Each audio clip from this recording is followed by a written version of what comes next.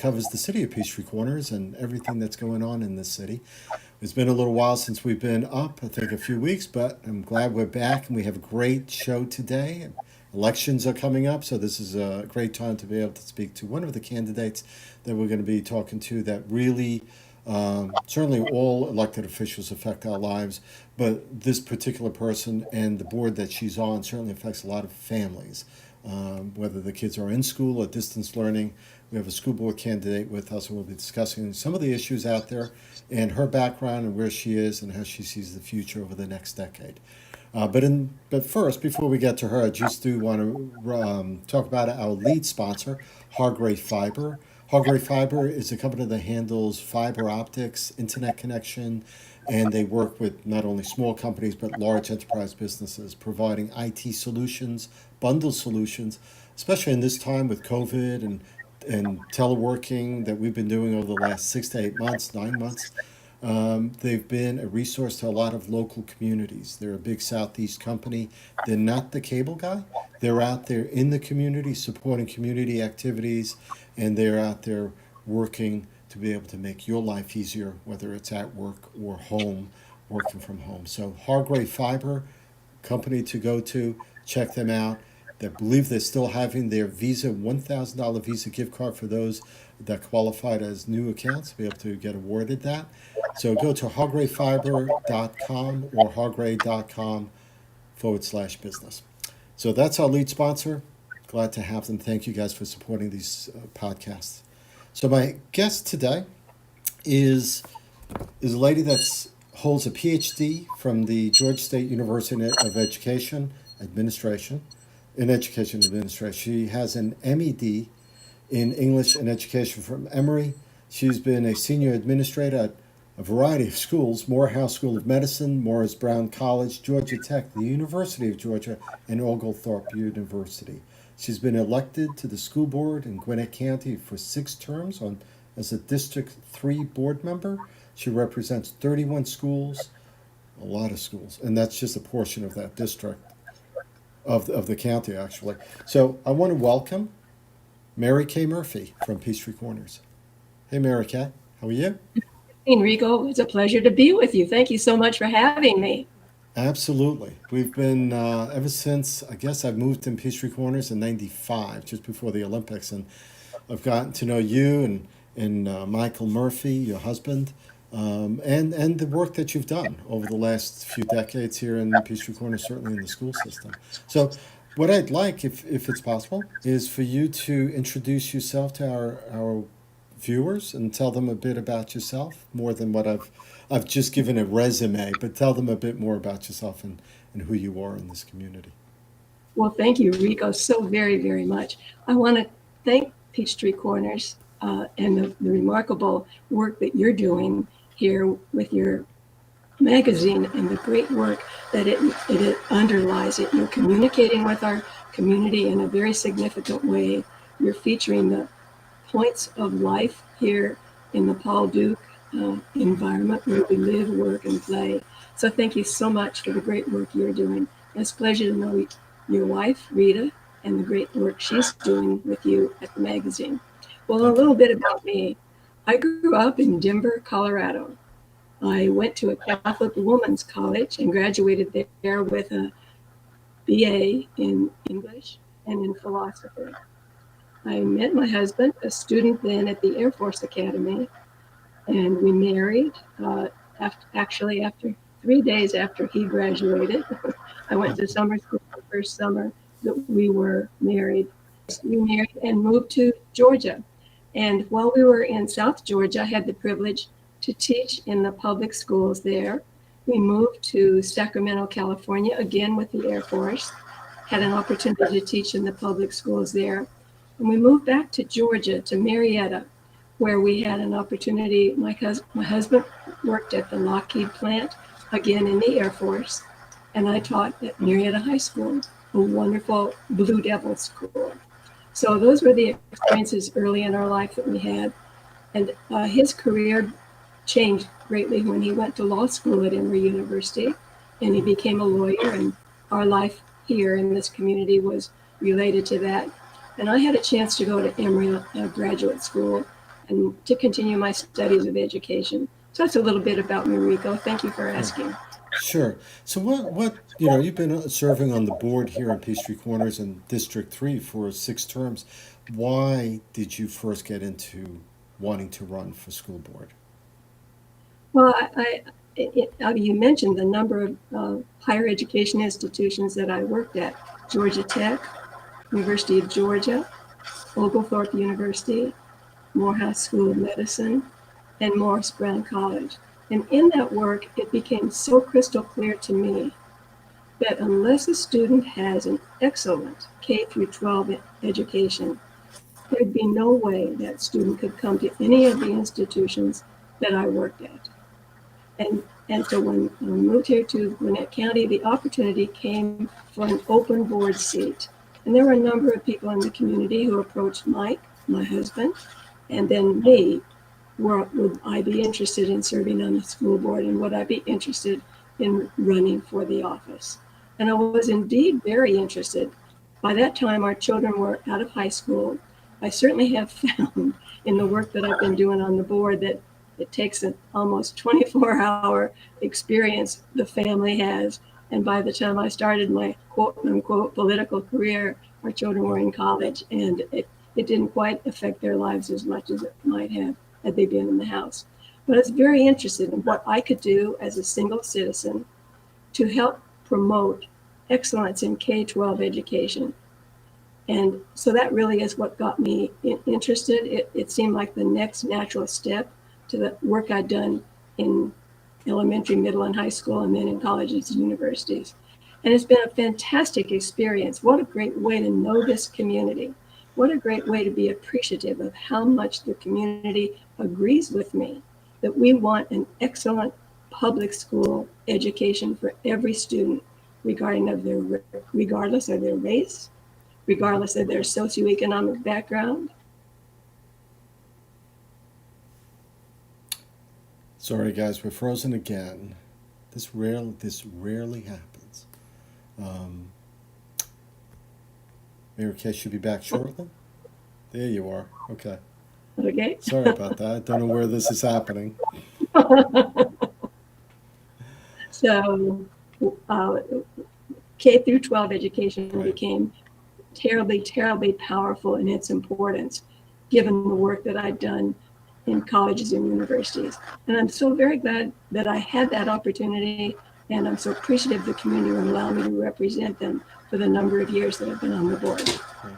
It's been a while. Lots of issues, different issues over the last 2 decades of what the school faces from 20 years ago to what we're facing now. Certainly a world of difference. Let's get right into it. Let's get into some of the issues, some of the things coming up. Certainly, it's an election year, so one of the things on the ballot this year for the November 3rd election, which if you had the absentee voter ballot or if you did early voting, you've already voted on this maybe. But if not, it's the ESPLOS, the Education Special Purpose Local Option Sales Tax, which is already in effect. So it's not an additional tax. This is the penny tax, and it's an extension of that tax that raises close to $1 billion for Gwinnett County schools over 5 years.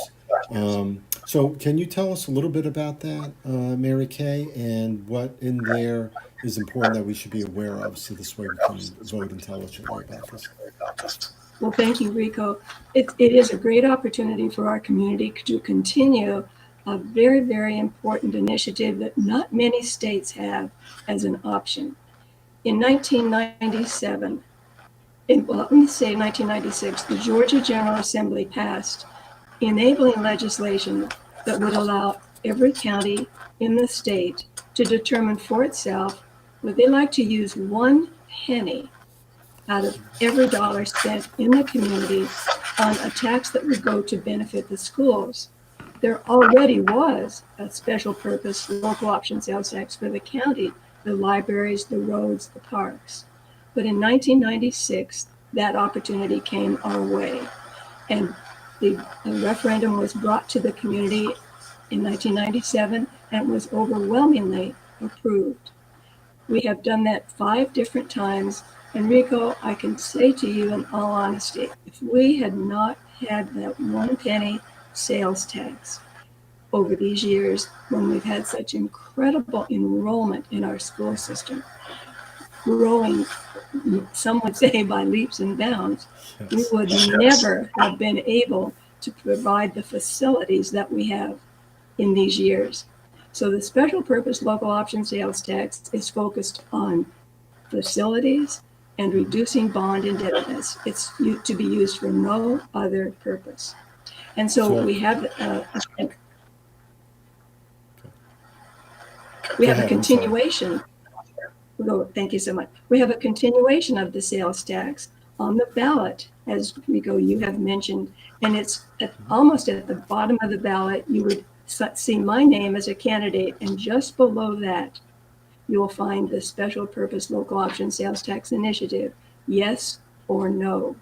Now, as a sitting member of the board, I cannot have any influence over what you do with that, but I can urge you to look at it and to read the language and to begin to, again, appreciate what a great contribution that 1 penny has made. It built the Paul Duke High School, Mhm. the Paul Duke STEM School. It built Norcross High School. It built Stripling Elementary School. These are schools here in District 3 in the Norcross cluster. And it has built 79 schools, all open debt-free since the special purpose local option sales tax was authorized. And so the community has an opportunity again to see what we might be able to do to extend it. So it would be our sixth SPLOST, as it's called, and it will take place in 2 years for another 4 years. To me, the East Bluffs is a godsend, if you will. I mean, I was involved in the parks, on the Parks Authority in Gwinnett County for a while, and same deal there. I mean, if we didn't have the SPLOST to be able to purchase land to make into parks, I mean, we wouldn't have half the parks we have now. Same, obviously, detailing out the schools that have been built, and I'll be a little selfish in Peachtree Corners because this is Peachtree Corners life. That we've gotten good benefits from the East Blast, paid sales tax by other people, some of us as well, but certainly in a place where the city of Peachtree Corners has about 85% of the people that work here come from other parts of the county and city, not from Peachtree Corners. So they're spending their money here, or at least before COVID, right? They spend their money on hotels, restaurants, and all that. So all that money is being cycled back into the ecosystem. So I'm glad that's out there. That's a tremendous point to make, that we anticipate that approximately 40% of what will be yielded by this block will come from people from outside our county coming into this county and making purchases. Right. And not only does it build schools and infrastructure, capital infrastructure, but it also goes into one-time purchases, right? Updating technology, modernizing safety and security equipment, supporting of digital learning and, whatever that means as far as laptops and all that maybe. Less efficient vehicles are replaced. HVACs need to be replaced, repaired, painting. I mean, there's a whole ton of maintenance that are one-time things that have to be done throughout a system like this, right? And that's what comes under the definition of the capital purposes. Yeah. So anything capital, and then anything that has to do with retiring bond indebtedness. So get out there, and if you haven't voted yet, hopefully if you did, you voted yes for East Blast, to my listeners and to viewers. So I hope you're out there, doing the right thing, supporting the education system as we see it right now. So other things going on, obviously, COVID has done a job to a lot of school systems across the country, to families.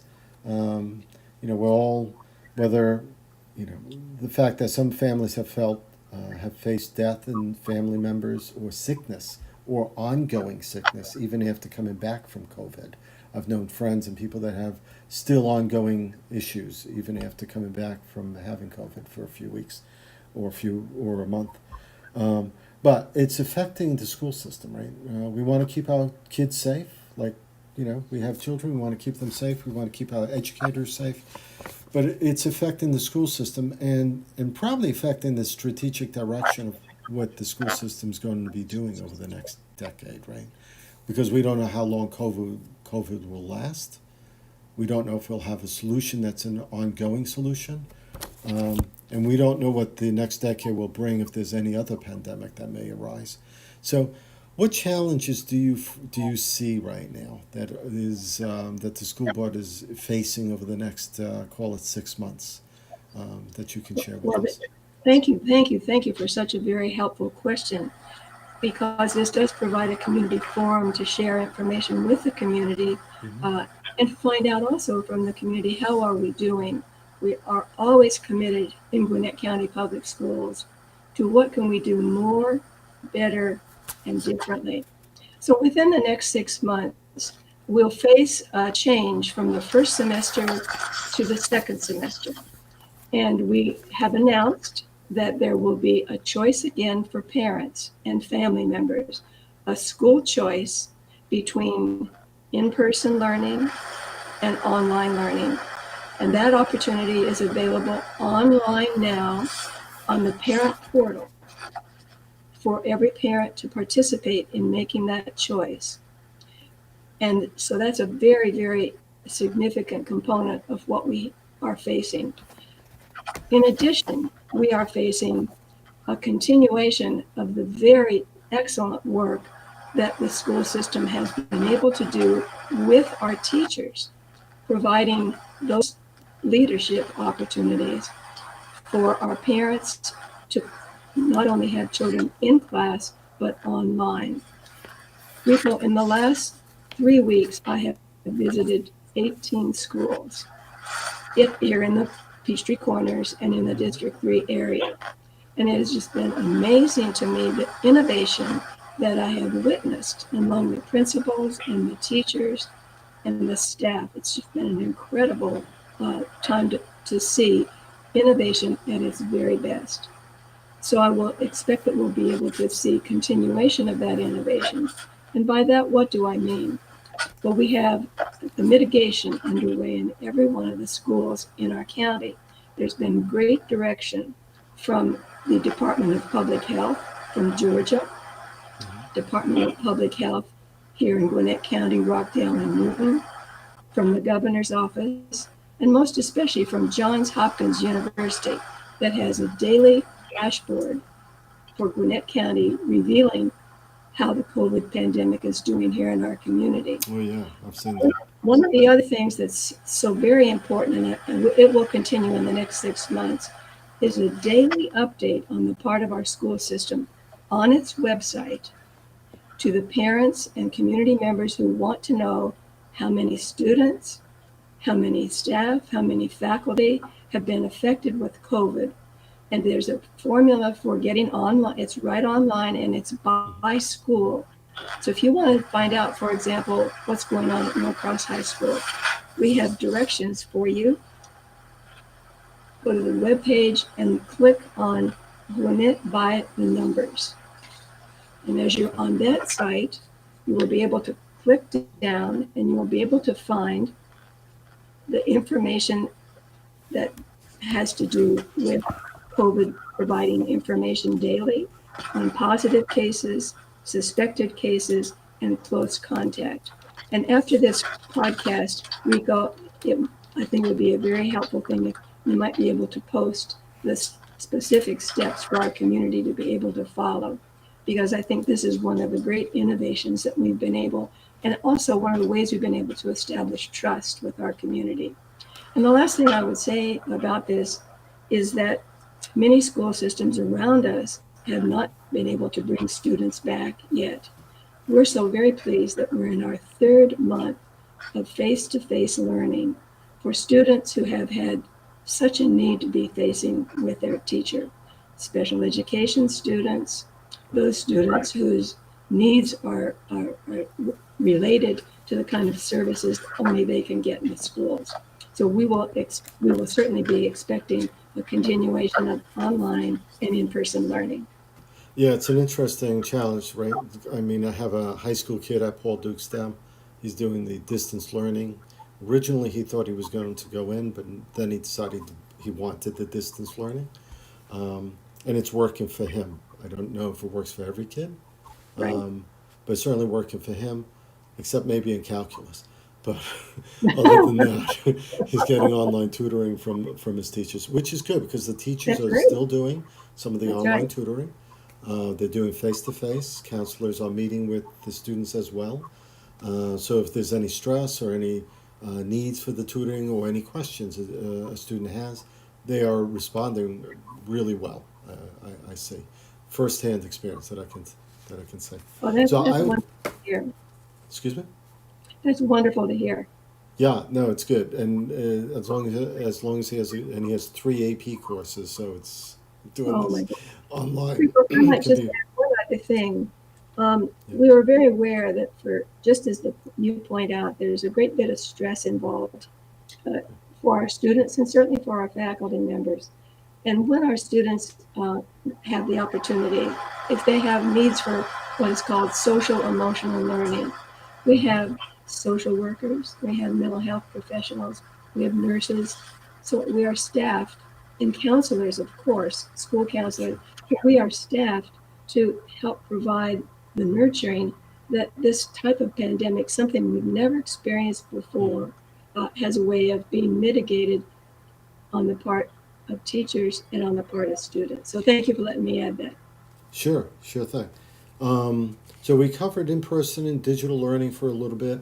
Certainly, there are challenges for kids don't that might be in need of the ability to get on Wi-Fi, tablets or laptops because not everyone has that ability or the bandwidth, let's say, on internet to be able to do that. I know that the county has been working towards helping with some of those challenges. Could you share a little bit about what the county may be doing there? Surely, in terms of our budget, we have had to dip into our reserve funds. We're very pleased we have the reserve funds. We got an initial allotment from the CARES Act, 68 million. And then we have dipped into the reserve fund for our school system so that we could take care of the $100 million reduction in funding that the state allotment provided to us this year. Right. The funding that we have used has gone very directly to purchasing Chromebooks for our students, those who needed them, and purchasing hotspots so that there could be access once a student had a Chromebook and could take it home. We've been able to, through our Gwinnett County Foundation, to Mm-hmm. be able to purchase with funds that the foundation has raised more books for our students. We believe at this time that we've got our most urgent needs covered. We purchased 44,000 Chromebooks. We purchased more than 10,000 hotspots, and we distributed those to the students throughout our school system. The funding from the Gwinnett County Foundation has allowed us to purchase even additional Chromebooks. And we are so appreciative that the county commissioners have also contributed funds to our school system through the foundation for the additional purchase of Chromebooks. And Excellent. it has been one of the incredible, unexpected growths and findings of COVID. We had our 3 or 4 days of learning, we thought, on computers with no problem in case of snowstorms or in case of Right. hurricane, Sure. whichever we might find ourselves with. We were not prepared for the 6 months that we've endured. So we've been able, with a lot of ingenuity and innovation and a lot of great support from our community, to provide funding so that we've been able to do this for our students. The problem with the Chromebooks, they do wear out, they do get lost, and so there is a continuing need, not only on our part, but on the part of 15,000 school systems in the nation, all of them wanting Chromebooks too. Yeah.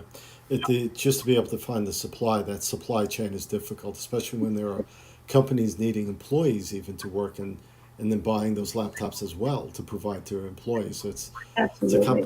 right? So there's a competition out there. And then, of course, you get people that have heard, this is why, for example, I know going through the line at Paul Duke, you had to bring your student with you, you had to provide student ID to be able to pick up a laptop. Because believe it or not, there are still people out there that want to game the system and maybe get a free laptop Yes, for nothing. exactly so, right. so that happens too. So security is an issue, right? Exactly. And cybersecurity and all that. Also, that One happens other as thing, well. if I might mention, that we will Sure. be able to continue, you asked about the next 6 months. We've Yeah. been very appreciative that the Department of Agriculture has allowed us to continue with our food supply and distribution uh, at all Right. of our high schools, at our Title I schools. So this will continue free of charge to the school system until December 31st. Right. And the schools are distributing it from 11 to 1 on a daily basis when school is in operation. And there's no need to provide identification. People in the community will have access to it with 18 years and under. Sure. And sometimes with 18 years and older, there's not there's no identification required to pick up the lunches Sure. Sure. and And that breakfast. yeah, that makes sense. I mean, food is one thing. I mean, no one should be without that. Um, we're getting towards the end of our time together, but I do have a bunch of other questions I want to put in. So let's see if we can hit some of them fairly easy. Um, how would you grade the current board's handling of COVID-19? We've discussed most of it here, but what grade would you give this board as it exists now? As far as handling the COVID-19 situation? Well, it's something that we would look to the community to provide the grade, Yeah, but sure. I certainly try to be reflective here with your question. On the in the area of innovation, I would grade our board with an A. The innovation that has been even such a thing when we're talking about the food distribution. Mhm. Our bus drivers and our cafeteria managers worked together and established a pattern where they would go into the community and distribute food. That was an incredible innovation on their part. Uh, in terms of the classrooms, the kind of mitigation that has been taking place, I'd say innovation and cleanliness and health. I'd give us an A on that for sure. As far as the concern of the community for the care of our teachers, we're very concerned about our teachers.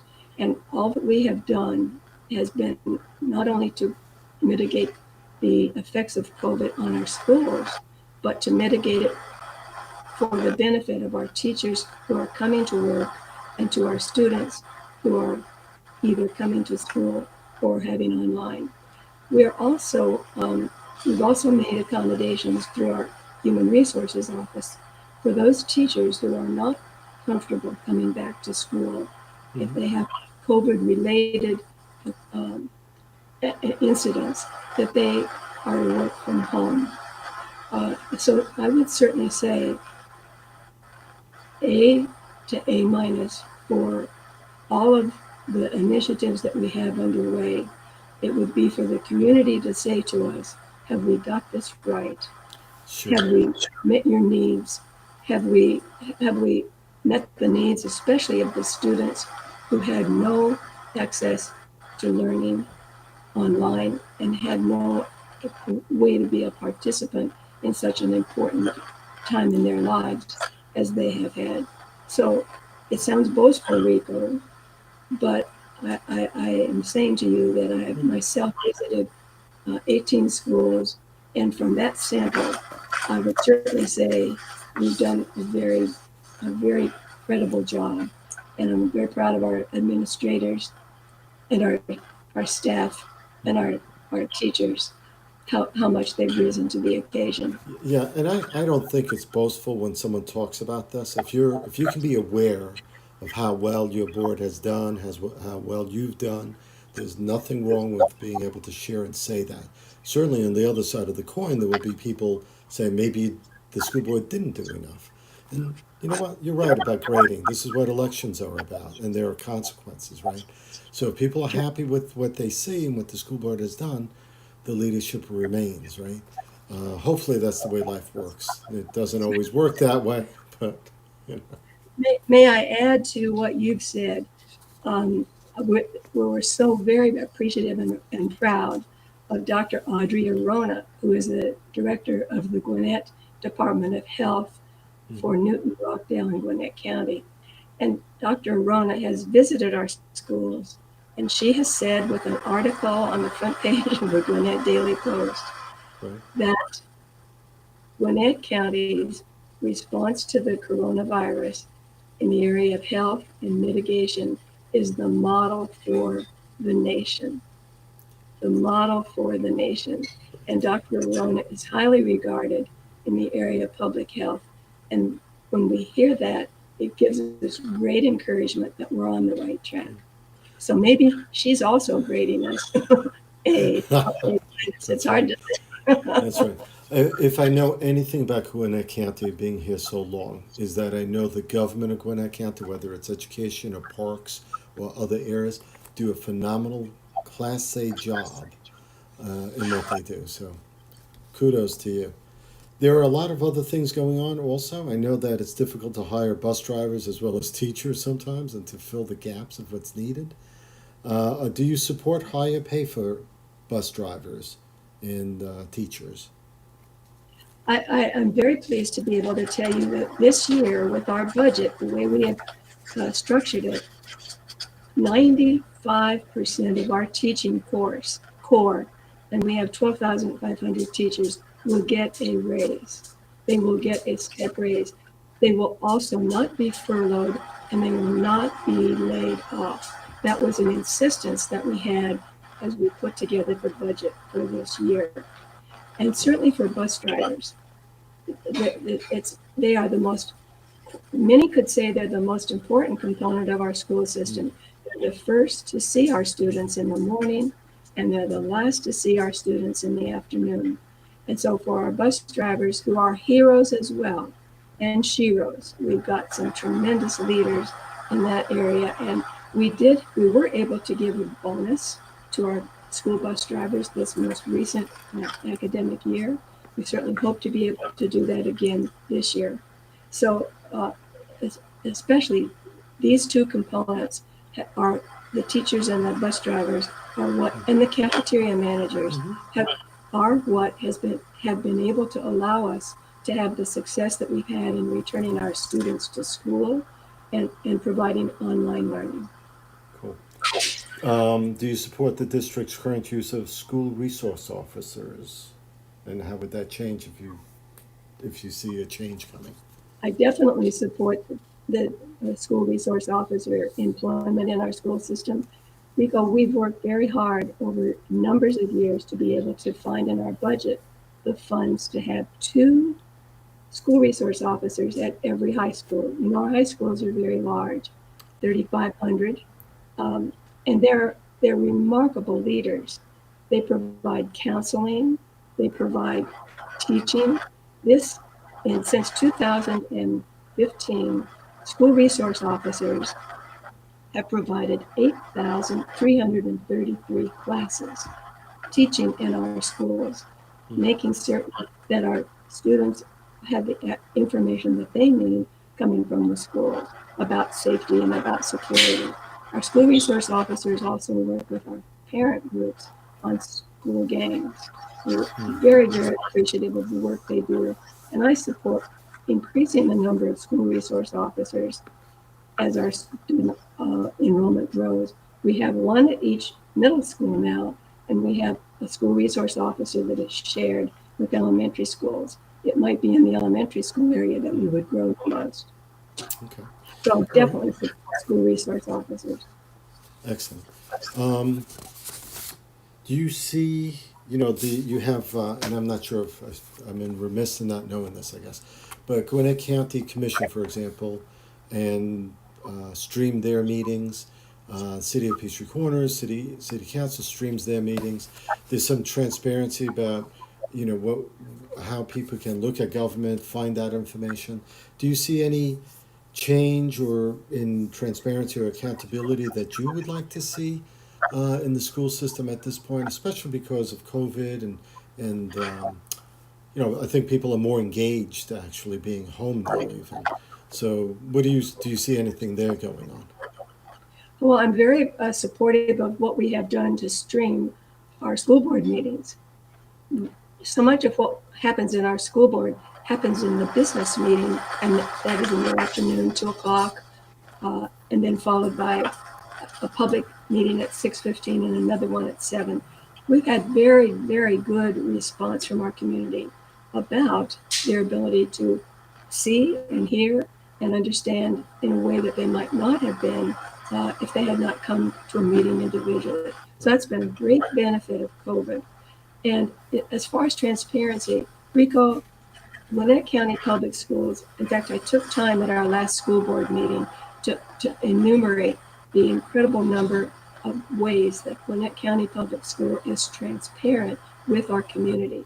For example, every school in our community, 141 schools, has an accountability report that we give to the community on our school, individual school websites. You click on accountability report, it opens up a 4-page report on the way that the students have performed on standardized tests, what the racial breakdown is, etc. We have numerous reports such as that. The one concern that I have in our community is that people may not be aware, just as I've told you about the COVID-19 reports on a daily basis, they just may not be aware of how to access those. That would be, I believe, a really great step forward, just to make certain that our community, maybe even like a table of contents or an index. Where do you find this and what steps might you take? I believe our community has a commitment of trust with us. They trust us to be transparent, but we make so many things available. I'm not certain that every community member who wants them knows how to access them. So that would be my response to you. We're transparent, but we need to shout it. we need to make certain our community is aware of how to access it. Yeah, I think people can be, not for anything, I think people can be a little lazy and not wanting to step forward to get the information that's there. But I also think looking at the Gwinnett County Public School website, which is a good looking website, has good information. I think they can make it a little easier navigation wise by one click to be able to get right to that information versus trying to step through the navigation. Just make it real easy and just say school information, or whatever that needs to say, right? And Rigo, if we did that, even I could find a way to get it. All of us can. So we've done. I think we've covered quite a bit over the short period of time we've been able to have together. Appreciate your time doing this with me, Mary Kay. Oh, I appreciate you doing it with me. Yeah, no, this was good. I'm always learning new things and always picking up more information, and it enlightens me, as I hope it does with my viewers. Obviously, you're in a campaign. This is an election season, November 3rd. For those that haven't done the early voting, the absentee ballot, if you're going in to vote or over the next week or so, or on November 3rd, school board elections are there. District 3 is the school board district that Mary Kay Murphy represents, which is the Norcross cluster, the Duluth cluster. Yes, Peachtree Ridge cluster, Ridge. River Hill cluster, Lanier cluster, Suwanee cluster, North Gwinnett. Excellent. So you do have a race. There is an opponent that's running against you, and that's Tanisha Banks. So I just want to be able to put that out there, that Tanisha Banks is the opposing candidate on the ballot for school board. So why don't you, and I do this with every candidate that comes on with me, why don't you give us the reason why someone should be voting for you, and also tell them where they can find out more information. Thank you. Well, thank you, Rico. First of all, thank you and Peachtree Corners Life for the opportunity to have this wonderful hour with you today. I am Mary Kay Murphy, and I'm running for District 3 School Board member here in Gwinnett County Public Schools. I believe that my background and my experience and my record supports my commitment and my desire to have you vote for me, Mary Kay Murphy, for District 3 School Board member. I bring continuity to the board, and that's a terribly important component. We have many members who are new, and there's something great about having new board members, new blood. We have 10 strategic directions, and Rico and I made reference to what would be happening in the next 6 months here. What would be happening in the next 10 years? Strategic Directions 2030. This would be my platform with our community. I will be with the community as we implement these 10 documents, drivers, and the direction, a deeper dive into Gwinnett County Public Schools strategic directions. These specific components of my platform commit to safe and secure schools. And I commit to that with support of 96 school resource officers and additional officers to keep our students and our teachers safe in years to come.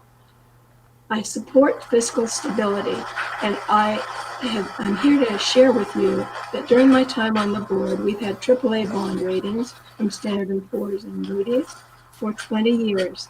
That fiscal responsibility has been reflected in the tax that you pay to the school board, and for the last 6 years, you've had no increase in your millage rate. Fiscal stability and honesty and trust and truth. I support school choice. We have not only in-person and online learning in terms of school choice, but we have two different kinds of schools, Paul Duke and Norcross. In the Meadow Creek cluster, McClure High School and Meadow Creek High School. And soon in the Mill Creek cluster, the Seconder School for Artificial Intelligence and for Mill Creek. School choice is terribly important to parents, and we have been very pleased to be able to provide that in our work together. I support retaining our teachers and recruiting the very best and making certain that we pay them a very fair salary and that their conditions of employment lead to a successful retirement, and that the retirement funds we pay into our school system will not overlook what great work our teachers have done. I continue to support closing the achievement gap for the students that we have here, all students, all socioeconomic levels, all backgrounds. These students are all ours, and our work together is meant to improve the choices they have in career, college, and civic life. And most importantly, I want to share with you the value that I have for diversity and for equity. I have championed, as we have been able to hire our first chief equity officer in Gwinnett County Public School System. We are in the process of reviewing our discipline code and all components of our system to make sure that our facilities, that our programs, and that every component of Gwinnett County Public Schools would be offered to all our students in an equitable way. These are some of the reasons that I believe my candidacy is the candidacy that you should choose if you should choose to vote for me, Mary Kay Murphy. It has been an honor to serve as your school board member. We've made great success in the years in the past. However, I want to look toward the future and the years ahead. I would greatly appreciate your vote. And if you want to find out more about me, more, better, differently, please visit my website, Mary Kay Works, MaryKaywRks, Mary Kay Works, and my campaign reelections site, Reelect Mary Kay Murphy. Thank you so very much for listening to this request. It would be my honor to serve as your incumbent returning Gwinnett County School Board member for District 3. Thank you, Rico, for the opportunity. Sure. Stay with me for a minute. I want to close out. I want to thank you, Mary Kay, for a great conversation here to be able to discuss issues here in Peachtree Corners. And also, just so that people understood that website, it's marykworks.com is where you should be going.